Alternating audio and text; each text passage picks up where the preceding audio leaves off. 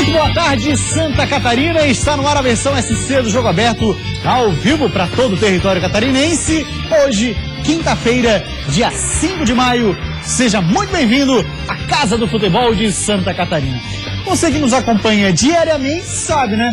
Até a 1h da tarde, por aqui, o assunto é um só: o nosso futebol. Aliás, futebol catarinense que está em festa. Afinal de contas, confirmamos mais um time na segunda fase da Copa do Brasil. O JEC está classificado por conta deste resultado. No jogo da volta, que aconteceu ontem, mas deveria ter acontecido na semana passada, o Coelho venceu o Comercial pelo placar de 1-0. A partida começou 7h30 da noite e terminou com vitória do Joinville. Com isso, o JEC está classificado para a próxima fase e lá vai jogar com o Ceará. Nós já temos Polivalente, boa tarde para você. Chapecoense que vai jogar com o Paraná, Figueirense com o Sampaio Correia e também o Avaí, que já disputou inclusive a primeira partida com o Bragantino. Como é que fica JEC e Ceará? Onde é que vai ser a primeira partida, hein? A primeira partida pelo ranking acaba acontecendo em Joinville, a segunda em Fortaleza. O Joinville ontem sofreu para vencer o Comercial por 1-0. E é uma dura realidade, né? Você vê o Campeonato Catarinense, várias equipes que têm condições de disputar uma final, e o que acontece? Quando entramos na Copa do Brasil, mas não é novidade para ninguém, Copa do Brasil é um campeonato totalmente diferente, difícil, complicado, o que acontece? A realidade é um pouco diferente. O Fluminense ontem sofreu em Araraquara, jogando a maior parte do tempo com uma a mais, e o empate doído, sofrido em 3-3. Mas assim, a classificação do Joinville foi muito boa, perdeu o pênalti, inclusive, o Joinville poderia ter um placar melhor, com o Bruno Aguiar, o capitão, perdendo o pênalti. Agora tem um detalhe, teve também a parte triste de ontem, que foi a despedida de Anselmo, o grande jogador do Joinville, um dos melhores de futebol catarinense, candidato a craque do campeonato. Anselmo fez a sua última partida pelo JEC. Ele vai jogar no Internacional, do técnico Argel Fux. Eu tive a possibilidade de conversar algumas vezes com o Argel Fux, quando ele estava no Figueirense. E não é de agora a admiração do Argel pelo Anselmo, já de tempo, desde quando eles trabalharam juntos no Joinville. Quer dizer, esse cara joga muita bola, tem que jogar.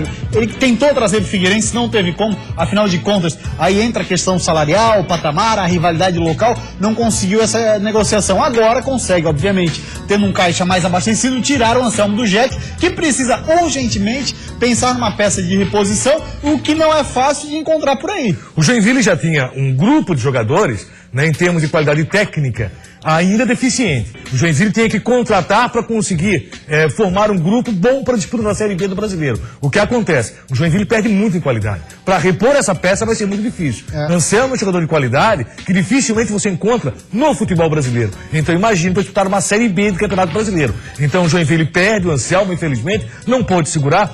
Coloca 2,5 milhões de reais no seu cofre, o time do Joinville, mas mesmo assim a expectativa que se tem não é das melhores na tentativa de repor essa peça na equipe tricolor. Já a gente vai ver como é que foi o jogo entre Joinville e Comercial do Mato Grosso do Sul, como é que foi essa classificação de Joinville, vencendo 1-0 com o gol do Edson Ratinho. Claudioni, dos catarinenses que estão na segunda fase, o Avaí já jogou a primeira partida com o Bragantino, como você destacava aqui, era um adversário duro, e aconteceu o que aconteceu, né? O Avaí acabou perdendo lá a primeira partida, na próxima terça-feira o jogo aqui em Florianópolis.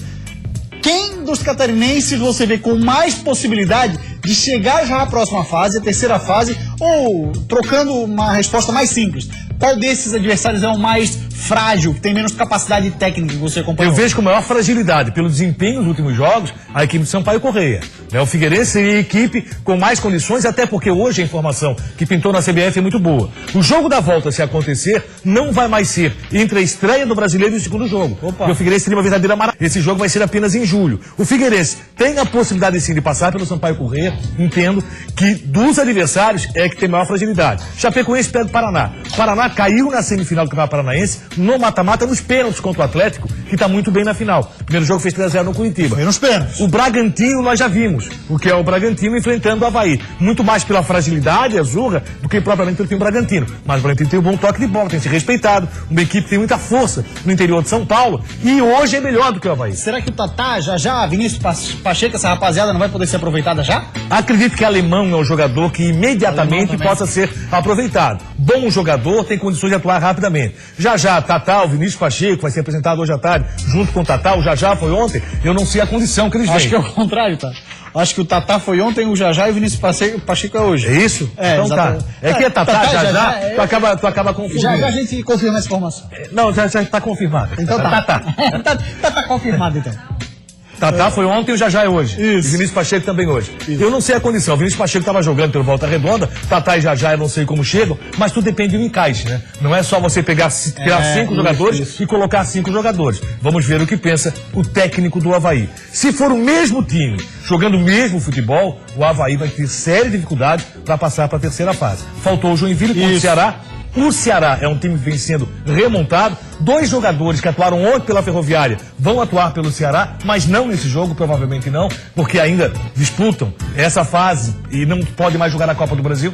Né? Então os 3 jogadores da Ferroviária, 2 pelo menos, não podem atuar. Certo. Já atuaram pela Copa do Brasil. Perfeito. Os 3. Então o Ceará vai ter sérios problemas contra o Joinville. Só que o Joinville, e ontem foi visto isso mais uma vez, tem uma deficiência seríssima, que é o ataque do Joinville. A gente vai ver agora, então, como é que foi esse jogo, Claudionir, entre Joinville e Comercial do Mato Grosso do Sul, a classificação do JEC. E depois, eu quero saber de você o seguinte: se esse resultado, da forma como o Joinville jogou, acontece aquilo que a gente vem discutindo desde segunda-feira.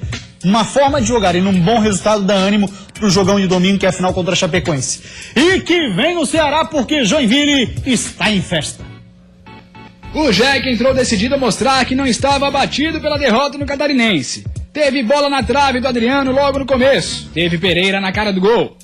Até que veio o pênalti de Rodolfo em cima de Adriano, aos 45 do primeiro tempo.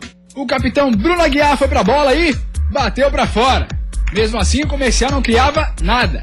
Então, no segundo tempo, o JEC continuou chegando com o Adriano de cabeça e por baixo também. Mas o gol da classificação veio dos pés de um lateral. Edson Ratinho foi levando e bateu firme para fazer 1-0 e levar o Joinville para a próxima fase. Estava sendo cobrado ali, estava sendo zoado pelos companheiros ali, de todo mundo ter feito gol e eu ainda não. Mas a gente sabe da capacidade de cada um aqui. O comportamento dos jogadores hoje foi um comportamento de uma equipe que assimilou bem o golpe e tá louca para que esse jogo de domingo chegue. Vamos fazer uma boa preparação agora, descansar, nos alimentarmos bem. Pois é, toda essa programação, obviamente, já pensando na decisão de domingo. Chapecoense tem a vantagem, Claudionir. Aí então eu repasso aquela pergunta, da forma como jogou, não por conta do resultado em si, mas a forma como jogou, que eu acho que é o principal fator que o Emerson imaginava. Chega mais animado esse Joinville em Chapecó? A forma que atuou, sim, mas com a mesma deficiência. A finalização. Esse foi o problema do Joinville durante todo o campeonato. Quem são os principais artilheiros do JEC? Os zagueiros do Joinville são os seus principais artilheiros. Então isso é muito problemático. E isso para o Joinville acaba sempre mantendo o Joinville numa condição de dificuldade. Depende muito da bola parada, da bola aérea na área adversária e do setor defensivo do Joinville. Então, por isso, você tem que vencer por diferença de 2 gols. A programação é difícil. Quando acontece, tudo bem, mas a programação é muito difícil. Nós vimos que nas 2 últimas oportunidades que o Joinville foi a Chapecó, conseguiu isso, mas não estava programado. Rapaziada, nosso WhatsApp voltou a funcionar tranquilamente. Telefone para interagir conosco, 48 9135 8063. Interaja conosco, mande o seu recado. Vamos dar uma passadinha aqui na tela, ver o que a rapaziada tá falando sobre o JEC. Olha lá, o Joinville ganhou o jogo de ontem na Copa do Brasil. Isso fortalece mais a equipe para a final do Catarinense. Vamos, JEC! É o Luan de Joinville quem fala isso. A pergunta dele, Claudionir, mais ou menos dentro daquilo que você comentava agora há pouquinho, né? Que acabei de comentar, pelo menos de aniversário, o Emerson Maria ganhou metade do presente. Talvez o pacote. O recheio pode vir ou não no próximo final de semana, mas está muito complicado pro JEC. Matheus de Tubarão, nossos telespectadores extremamente bem informados, isso é bacana, contribuem com o programa. Matheus de Tubarão fala assim, ó, pra lembrar, uma curiosidade, Claudinei, o goleiro do Comercial de Mato Grosso do Sul é de Capivari de Baixo. Abraços, ele manda. Obrigado, Matheus, pela contribuição. E trabalhou de montão, ontem vai trabalhar, tá na final do Campeonato Mato Grosso do Sul e na Série D do Campeonato Brasileiro. Muito bem, rapaziada, olha só, depois do intervalo a gente vai falar do... Ah, não? É? Ah, não. Vamos primeiro que eu falar do Chapecoense, então. Esquece o que eu disse. Vamos falar do Chapecoense, porque a Chape é a adversária desse mesmo Joinville que nós estávamos falando agora, na final de domingo, lá na Arena Condá. Abre aspas para o moço Ananias, baixinho de bela impulsão. Todos que estão no banco, ou até mesmo fora dele, têm que estar ligados. A oportunidade aparece para mudar o jogo, melhorar uma situação ou até para manter o resultado bom. Claro que todo mundo quer jogar. Seria hipocrisia ficar aqui falando que não, tá tranquilo, ficar no banco, eu sou competitivo, quero estar de titular, mas sempre respeitando os meus companheiros e o treinador. Fecha aspas para essa fera Ananias, que não vem fazendo a mesma temporada que fez ano passado, é bem verdade. Estava, inclusive, como ele mesmo relatou, no banco de reserva, mas buscando seu espaço. Garantiu vaga entre os titulares para domingo? Acredito que sim, Ananias vai sair jogando. Até porque Maranhão não fez uma boa partida, foi um jogador bem abaixo do que ele esperava. E se quiser manter o mesmo esquema contra a equipe do Joinville, o Maranhão não serve. Maranhão é atacante, Maranhão não volta. Maranhão tem dificuldade para voltar. E o Ananias já não. O Ananias ajuda, vem né? E fecha um pouco mais, ele acaba ajudando. O que acontece? Nenhum time de Santa Catarina tem a qualidade que tem a Chapecoense no seu banco. Nenhum time tem Bruno Rangel, tem Ananias, tem Johan sentado no banco. Então a Chapecoense tem muita qualidade. Por isso mesmo, alguns jogadores acabam ficando no banco e aí o treinador passa a ser contestado. Pois é, o Ananias é o seguinte, é um cara que começou 2015 de uma forma... arrasadora. Exatamente, arrebentando. Vinícius Eutrópio foi quem contratou esse jogador, conseguiu encaixar no time, aí desapareceu, começa a reaparecer. Só ganha a Chapecoense com isso, Claudio, porque, como você bem disse, o banco da Chapecoense tem caras de peso para a disputa dessa posição. E hoje, se você quiser um jogador no estilo Ananias, me parece que ele e o Silvinho para jogar de beirada. Sim, e em termos de qualidade, a Chapecoense é o time que tem a melhor formação do futebol catarinense. É o time que está mais preparado para enfrentar um campeonato brasileiro no momento. Por quê? Tem qualidade tanto no campo como fora dele. Você vê que alguns jogadores que foram pouco aproveitados durante a competição acabam pintando e agradam. Mais uma vez, a volta do Rafael à zaga da Chapecoense. Segurança, hein? Muita segurança, muita tranquilidade. Para mim, o Rafael é titular. Né? Pro Guto é discutível. Para mim, joga com a perna só. Né? Todo respeito aos demais defensores, mas o Rafael Lima, um degrau a mais no quesito saber como é que joga a Chapecoense. Como é que é a história da Chapecoense, o DNA da Chapecoense. Isso o Rafael Lima já tem e sabe como é que se joga. Tá jogando muita bola assim. Claudiani, uma outra pergunta que eu queria te fazer é assim, ó. O Guto Ferreira, né? Nós discutimos aqui antes da final. Olha, o Guto, situação delicada e tal. Esse é um resultado que recoloca o Guto nas graças, não da torcida, mas dos jogadores para ganhar confiança. O torcedor também estava desconfiado com o Guto, viu?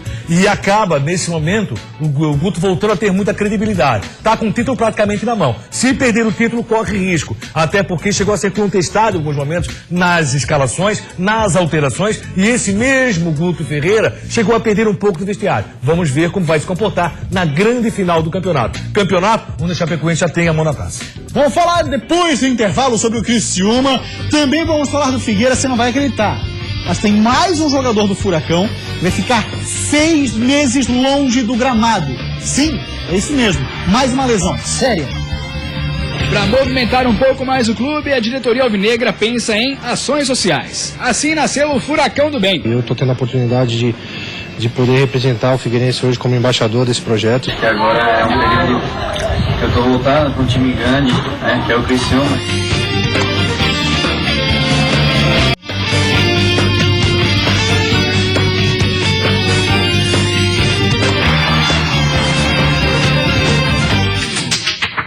Meio-dia 46, voltamos com o Jogo Aberto SC e agora a gente começa falando do Figueira. Mais um jogador machucado, daqui a pouco o Eduardo Prestes traz as informações pra gente, porque antes, essa matéria aqui, ó, uma biblioteca móvel montada pelo Figueira, que tem como padrinho desse projeto social a fera Genilson, hein? Bacana demais. E outra, o presidente Wilfredo Brillinger, pela primeira vez, comentou a saída do jogador França. No momento em que o futebol acontece só dentro do CT, nos treinamentos e só nos bastidores, com a chegada de novos reforços, para movimentar um pouco mais o clube, a diretoria alvinegra pensa em ações sociais. Assim nasceu o Furacão do Bem, a marca que vai conduzir todos os projetos voltados à cidadania dentro do Figueira. O primeiro projeto vai ser o seguinte: com parte dos recursos da venda do jogador Cleiton ao Atlético Mineiro, o Figueira comprou livros para distribuir para quem tem pouco acesso a esse tipo de material.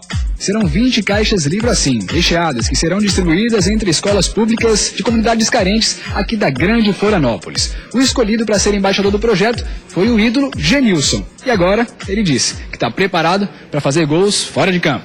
Eu acho que a educação ela tem que ser preservada E o Figueirense hoje está lançando esse projeto e eu estou tendo a oportunidade de poder representar o Figueirense hoje como embaixador desse projeto, e não só do projeto, mas como da parte social também a partir de hoje. Então eu fico feliz e eu acho que nós estamos no caminho certo.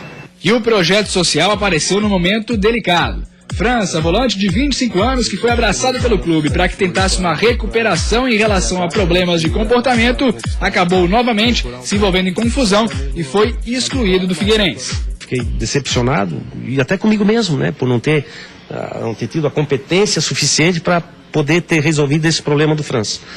Mas infelizmente as coisas também têm limite, eu tenho que pensar no clube, eu sempre digo, eu não posso enxergar a árvore, eu tenho que enxergar a floresta. Então eu tenho que pensar no Figueirense como um todo.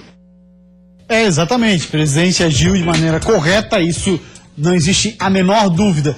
Claudionir Miranda, quer falar alguma coisa sobre a questão França, a declaração do presidente? Eu acho que ele não pode se decepcionado, ele fez o que poderia fazer. É muito mais complicado e muito mais difícil do que o próprio presidente imagina. E a gente já imaginava isso. Sim. Seria muito mais difícil, talvez, do que o próprio presidente imaginasse. Claudionir, agora pra gente mudar de assunto e sobre essa contusão que eu falei agora há pouco. O Denner, volante do Figueirense, formado na base do clube, sentiu uma lesão lá no jogo treino contra o Atlético Paranaense, o CT do Caju, jogo treino que aconteceu na cidade de Curitiba. 6 meses fora do gramado, lesão muito semelhante, se não a mesma, do Leandro Silva. Uma pena, mais o jogador. Vou te falar, hein? Mas pro trauma de novo, Figueirense, o que é? Chama uma benzedeira ali da Malvina, faz qualquer coisa, mas nós falamos resolve. sobre isso semana passada, né?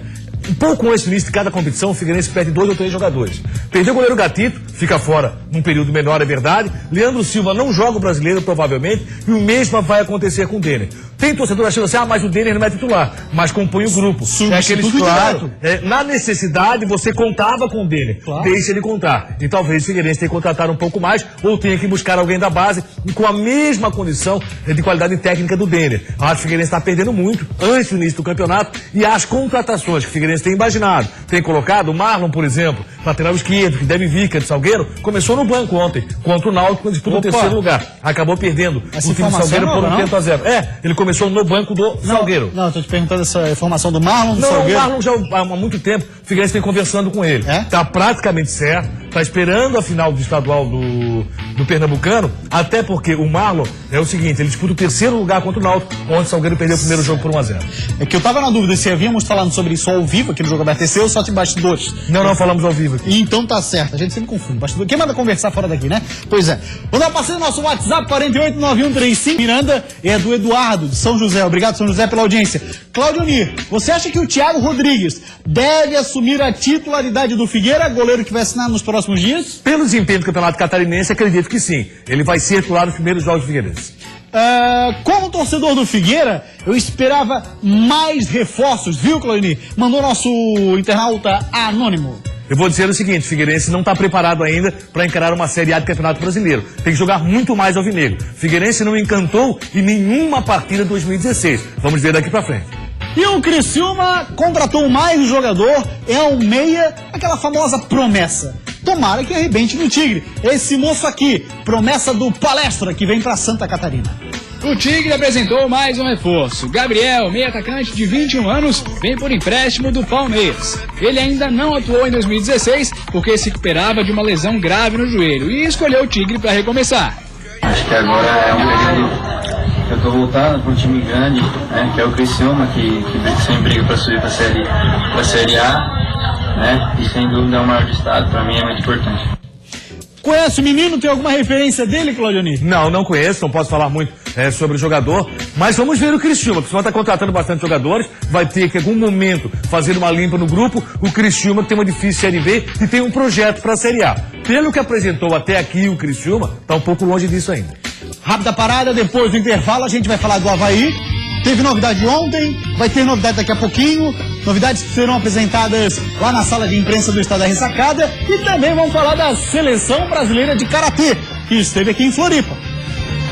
Uma oportunidade daquelas, treinar com os melhores karatecas do país. E o que acontece é que a gente acaba, né, marcando isso extra confederação. Foi importante você estar em contato com os melhores. Experiência é a palavra que resume as duas contratações apresentadas pelo Avaí ontem. A gente sempre fez boas parcerias, além do bom relacionamento profissional. A principal característica é a velocidade, eu tenho um bom arremate, finalizo bem.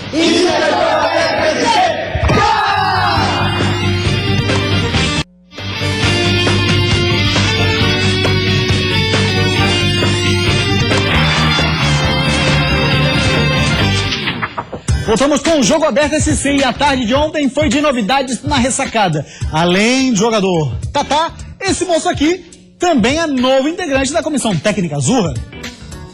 Experiência é a palavra que resume as duas contratações apresentadas pelo Avaí ontem. Primeiro, na parte de preparação física. Alexandre Irineu Carvalho, de 41 anos, é o novo preparador do Leão. Ele já trabalhou em 27 clubes durante a carreira, estava no futebol árabe e veio para o time Azurra a convite de Silas, que já trabalhou com Alexandre em outras oportunidades. A gente sempre fez boas parcerias, além do bom relacionamento profissional. Nós temos uma afinidade, eu, ele, o Paulo, então isso tudo contribui para o desenvolvimento do trabalho. E a experiência dentro de campo fica por conta de Tatá, atacante de 29 anos que estava no São Bernardo. No Brasil, teve boas passagens por clubes paulistas. Fora do país, foi bem nos Emirados Árabes e no México. O tempo de futebol fez Tatá também se adaptar ao meio-campo e jogar como centroavante, mas ele gosta mesmo é de atuar como ponta. A principal característica é a velocidade, eu tenho um bom arremate, finalizo bem, tenho facilidade de chegar dentro da área quando jogo mais como segundo ou terceiro atacante ali, ou homem de meio, eu tenho essa facilidade de chegar muito dentro da área. O torcedor precisa de um cara que chegue na área, faça uma boa conclusão pro gol, porque o que tá faltando pro Avaí, é isso aí, Claudinei. E qualidade, né? O Avaí precisa de muita qualidade. O que tem faltado nos últimos jogos é qualidade. O Avaí coletivamente não consegue evoluir um pouco, por quê? Porque falta qualidade individual. Tá chegando também o Jajá, vai ser apresentado hoje à tarde, já ele vai estar por aí. E também o Vinícius Pacheco, que estava no Volta Redonda. O Jajá é formado na base do Flamengo. No ano passado ele foi campeão júnior pela equipe Carioca, Campeonato Estadual de Juniores. Vamos ver, vamos aguardar um pouco mais, não conheço particularmente o futebol do Jajá, nem do Tatá, espero um pouco mais para ver, e a preparação física talvez não fosse o erro maior do Avaí. Vamos ver daqui para frente se o Avaí corresponde um pouco mais. Boa colocação, talvez a parte física até aqui não se mostrou, né? Quando o time acaba errando demais e acaba correndo errado, a situação física é comprometida, e não é problema do preparador físico, e sim da questão de qualidade dos seus jogadores. Vamos dar uma passadinha no nosso WhatsApp 4891358063. A rapaziada está ligada conosco, ligada, conectada. Bota aquela foto ali, tava bacana. Olha lá, quem foi que mandou a foto? Aí. Perderam a foto. Perderam a foto, tava bacana. Manda um abraço pra Blumenau, tal e tal. Vem pra cá, vai pra lá, sobe e desce, subiu, achou. Manda um abraço pra Blumenau, estamos assistindo. Olha só, tem tanta foto bacana pra tirar do Polivalente. Ele que é um cara boa pinta, um cara que se veste bem. Aí ele tirou uma foto dessa tua aqui, Cleide. Mas isso foi, o cara tirou que tava no ar. O cara também não vai fazer mágica, é isso aí. Ele tirou, tá certo, pô. Um abraço, Blumenau. Valeu, Blumenau. Obrigado pela audiência, pelo carinho sempre. Claudionir, você acredita na classificação do Avaí diante do Bragantino na próxima terça-feira? Alguns dos reforços já terão condições de atuar? É o Luciano Biguaçu, interessante a pergunta dele. Essa rapaziada, será que vai reforçar o time ou não? Depende do que vai sair no bid, né? Os jogadores terão ou não condição de jogo. Acho que o alemão seria um grande reforço para a equipe azul. É bom jogador na lateral direita, na zaga, como volante, pode aparecer muito bem. Vinícius Pacheco talvez tenha um pouco mais de qualidade no meio, mas seu nome tem que sair no bid. Quando é a volta de Marquinhos ao Avaí? Quando que ele vai pisar no gramado novamente, vai jogar bola, Polivalente? Que seria no início de maio, passa a ser só em junho. Muito bem, agora nós vamos falar de karatê, porque a seleção brasileira esteve em Floripa realizando um treinamento pra lá de especial. E claro, a rapaziada que teve, como ninguém mais, ninguém menos, mestre de cerimônia, recebendo com sempre, com muita, como é que se diz, Polivalente? Recebendo o cara com muita habilidade, recebendo com muita simpatia. Ele, o karateca, medalha de ouro, Douglas Bros. Uma oportunidade daquelas, treinar com os melhores karatecas do país. E tudo isso a menos de um mês do Campeonato Pan-Americano de Karatê, que acontece no Rio de Janeiro. É isso que reúne esses atletas da Seleção Brasileira de Karatê em Florianópolis. Além da troca de experiências, o tempo juntos e os treinos em alto nível motivam ainda mais os karatecas na busca pelo ouro. Uma coisa é você conseguir efetuar seus golpes e desenvolver seus golpes com alguém que está acostumado com você. Outra coisa é a gente encontrar gente de nível e todo mundo tentar trocar e todo mundo tentar se ajustar junto. Eu acho que é super importante você estar em contato com os melhores e com as pessoas que têm o mesmo objetivo que você. Como a Confederação Brasileira de Karatê não tem um calendário de treinamentos para os atletas da seleção, eles mesmos se organizam e se encontram para treinar juntos. Às vezes, antes dos eventos, a confederação promove algum encontro dos atletas, só que o que acontece? Os atletas ainda sentem, e eu também sinto muita necessidade de estar treinando com outros bons atletas, que às vezes é muito separado, e o que acontece é que a gente acaba, né, marcando isso extra-confederação, para que a gente consiga trocar essas experiências e ter mais contato aí um com o outro, para que a gente se prepare melhor para o campeonato, tanto pan-americano e mundial. Para ter a chance de treinar com a nata do karatê brasileiro e aprender com o bicampeão mundial Douglas Brose, vale tudo, até atravessar o país e encarar um frio de 5 graus. Esse foi o desafio do baiano Milton, campeão pan-americano com a seleção em 2014. Ele encarou todas essas adversidades para voltar ao topo do pódio. O Douglas sempre vem com coisa nova, parece que ele dorme pensando em treinamento, entendeu? E sempre coisas que só faz a gente crescer. Mas entre o treinamento e o frio, ele já elegeu o adversário mais complicado. Com certeza o frio, com certeza o frio. Pra quem não é acostumado, o bicho pega mesmo, é claro que sim. Apesar que esse frio aí também é mentiroso, né? Porque tem feito calor. Ah, mas agora entrando no outono, né? Sim. As manhãs são frias, a parte da tarde um pouco mais quente e as noites frias novamente. É, previsão do tempo com ele, polivalente. É que entramos no outono, nada mais que isso. Agora estamos vivendo o outono. Então tá falado, polivalente, grande abraço. Jogo aberto esse dia hoje fica por aqui. A gente volta amanhã ao 12:30. Tchau pra você, uma ótima tarde. Vem aí o Olhares, hein? Até amanhã. Tchau, tchau.